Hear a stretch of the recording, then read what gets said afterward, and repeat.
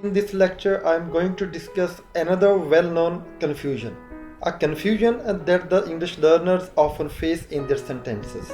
Dear viewers, आज मैं अपने इस लेक्चर में एक और अहम तरीन कन्फ्यूजन को डिस्कस करने जा रहा हूँ जो अक्सर इंग्लिश लर्नर्स अपने सेंटेंसेस को लिखते वक्त उस कन्फ्यूजन का शिकार होते हैं। तो ये कन्फ्यूजन है सिंस और फॉर का इस्तेमाल। जब हम अपने टेंसेस में सिंस या फॉर का इस्तेमाल करते हैं तो अमूमन इंग्लिश लर्नर्स सिंस या फॉर के इस्तेमाल में कंफ्यूज हो जाते हैं। तो आज हम डिस्कस करेंगे सिंस और फॉर के इस्तेमाल पे और इन दोनों में जो डिफरेंस है आज मैं उनको इन डिटेल बयान करूंगा। ये कोई इतना मुश्किल नहीं है, जस्ट आप फोकस कीजिएगा स्क्रीन के ऊपर और गौर से सुनिएगा, तो नेक्स्ट टाइम आपको सिंस या फॉर के इस्तेमाल में कोई कन्फ्यूजन नहीं रहेगी। तो चले शुरू करते हैं।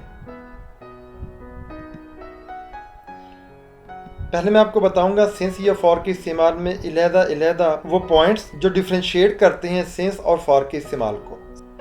सिंस का इस्तेमाल हम करते हैं with a point in time in the past. माजी में जो पॉइंट इन टाइम है, जो वक़्त का पॉइंट इन टाइम है, इसके ऊपर आप गौर कीजिए। अभी मैं इसकी वजाहत बाद में करूँगा जब मैं इसके सेंटेंसेस लिखूँगा। तो पॉइंट इन टाइम जो पास्ट में होते हैं उनके साथ हम सिंस का इस्तेमाल करते हैं, या फिर स्पेसिफिक पीरियड ऑफ टाइम, दूसरे लफ्ज़ों में हम इसको यूँ कह सकते हैं specific period of time that occurs only once in its duration. जो अपने दौरानिए में वो वक्त, वो अकरेंस एक मरतबा ही होती है। इस बात की भी वजाहत मैं करूँगा जब मैं सिंस के मुतल्लिका सेंटेंसेस आपको लेके समझाऊँगा। ऐसे ही फॉर का इस्तेमाल हम करते हैं with the period of time in the past, present और फ्यूचर।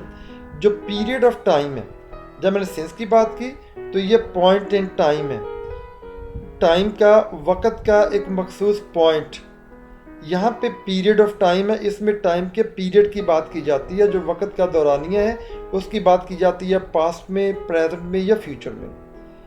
या फिर मैं यूँ कह दूँ कि ये फॉर नंबर ऑफ इवेंट्स के साथ, जो एक से ज़्यादा इवेंट्स हैं या उनकी अकरेंस एक से ज़्यादा मरतबा होती है, जिनसे पहले हम 1 2 3 लगा सकते हैं, जिनको हम प्लूरल फॉर्म में ले सकते हैं जिन इवेंट्स को, उनके लिए आपने फॉर का इस्तेमाल करना है। पहले मैं फॉर का इस्तेमाल आपको बताऊंगा। अभी मैंने आपको बताया कि फॉर का इस्तेमाल हम करते हैं with the period of time in the past, present और फ्यूचर।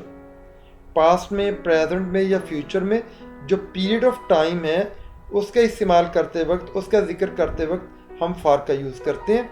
ऐसे या नंबर ऑफ इवेंट्स के तौर पे, जैसे नंबर ऑफ इवेंट्स का जिक्र हो, एक से ज़्यादा इवेंट्स का जिक्र हो, जिनसे पहले हम 1 2 3 4 इस तरह के नंबर लगा सकते हैं। जिन इवेंट्स को हम प्लूरल फॉर्म में उनका जिक्र कर सकते हैं, उनके लिए आपने फॉर का इस्तेमाल करना। मेरी इन बातों को आप ज़हनशीन कर लें। जिन इवेंट्स को हम प्लूरल फॉर्म में ले सकते हैं, एक से ज़्यादा मरतबा उनकी अकरेंस हो सकती है, ठीक है ना, या फिर वो पीरियड ऑफ टाइम है, एक वक़्त का दौरानिया, एक वक़्त से लेके माजी से लेके प्रेजेंट तक, या एक वक़्त के पॉइंट से लेके एक दूसरे वक़्त के पॉइंट तक, जितना भी दरमियान में वो वक़्त आता है, तो उसके लिए हम फॉर का इस्तेमाल करते हैं। अब इसकी वजाहत मैं सेंटेंसेस से करता हूँ। He lived in Oxford for 3 years and then he moved. वो ऑक्सफोर्ड में 3 सालों तक रहा और फिर वो वहाँ से चला गया। अब ये पास्ट में ये एक्शन कंप्लीट हुआ है।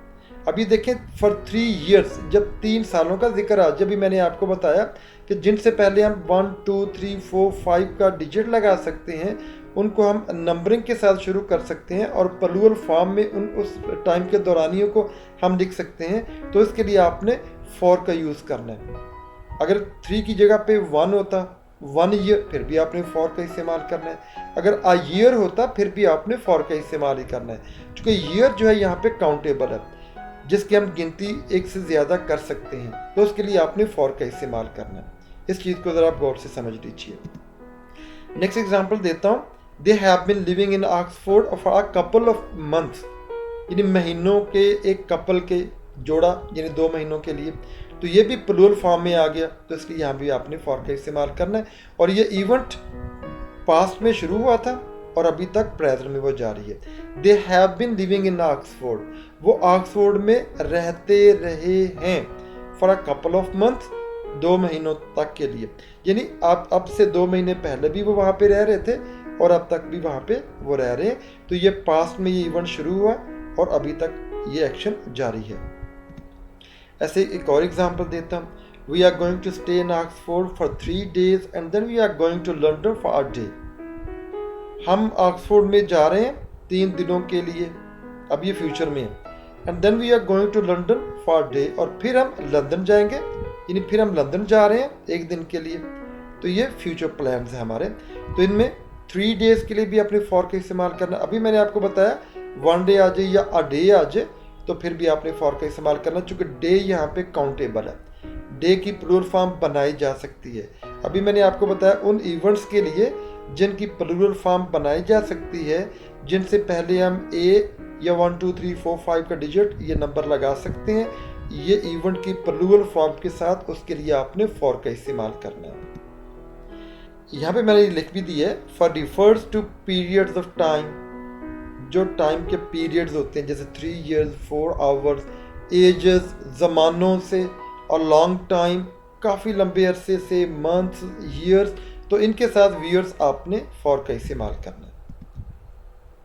नेक्स्ट हम देखते हैं सिंस का इस्तेमाल। अभी मैंने शुरू में आपको बताया था कि ये पॉइंट ऑफ टाइम के साथ इस्तेमाल होता है सिंस का। जो पास्ट इवेंट होता है, जो पास्ट में वाक़या रूनमा हो चुका होता है, उसके लिए आपने पॉइंट ऑफ टाइम के लिए सिंस का इस्तेमाल करना है। या फिर हम इसको यूँ भी कह सकते हैं, जो स्पेसिफिक पीरियड ऑफ टाइम है, जो अपनी ड्यूरेशन में जस्ट एक दफ़ा ही उसकी अकरेंस होती है, एक दफ़ा ही वो रूनमा होता है। जैसे they have lived in Oxford since 2004, वो 2004 से ऑक्सफोर्ड में रह चुके हैं।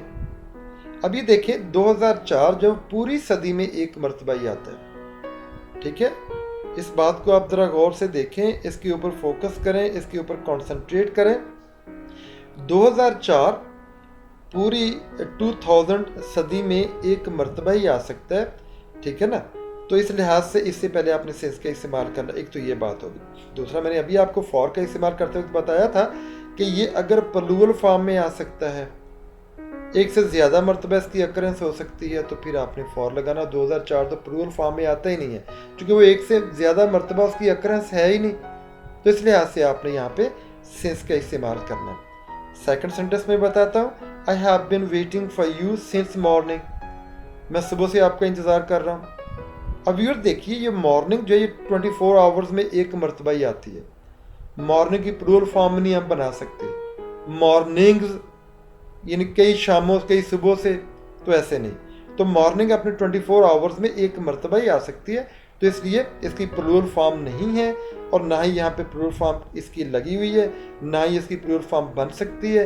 ये अपने ड्यूरेशन में 24 आवर्स में एक मरतबा ही इसकी अकरेंस होती है, तो लिहाजा इससे पहले आपने सिंस का इस्तेमाल करना। नेक्स्ट सेंटेंस है, they have been busy in their work since yesterday, तो कल से वो अपने काम में मसरूफ़ हैं। अब येस्टरडे जो कल गुजर गया, तो ये भी पिछले 24 आवर्स में ये एक मरतबा इसकी अकरेंस है, ठीक है। और पूरे हफ्ते में येस्टरडे जो कल गुजर गया उसकी अकरेंस एक मरतबा ही है, ठीक है। इसकी प्लूरल फॉर्म नहीं है, तो इस लिहाज से इसको भी हम सिंस के साथ ही इस्तेमाल करेंगे। जैसे मैं पहले आपको बता चुका हूँ, since refers to a previous point in time, जो पॉइंट इन टाइम है, जो प्रीवियस पॉइंट इन टाइम है, उसके लिए सिंस का हमने इस्तेमाल करना है। तो ये था डियर व्यूअर्स आज का लेक्चर। उम्मीद है आपने इसको अच्छी तरह अंडरस्टैंड कर लिया होगा, और आपको सिंस और फॉर के इस्तेमाल में जो मुश्किल पेश आती है, आप इसके डिफरेंस को समझ गए होंगे। अगर थोड़ी सी कन्फ्यूजन अभी भी बाकी है, तो इस लेक्चर को रिवाइंड करके दोबारा सुनिएगा, तो वो कन्फ्यूजन आपकी क्लैरिटी में बदल जाएगी, और क्लैरिटी के साथ आपको इसकी अंडरस्टैंडिंग डेवलप होगी। Viewers, I would ask only one thing, and that is to subscribe my channel. Thanks for watching. अल्लाह हाफिज।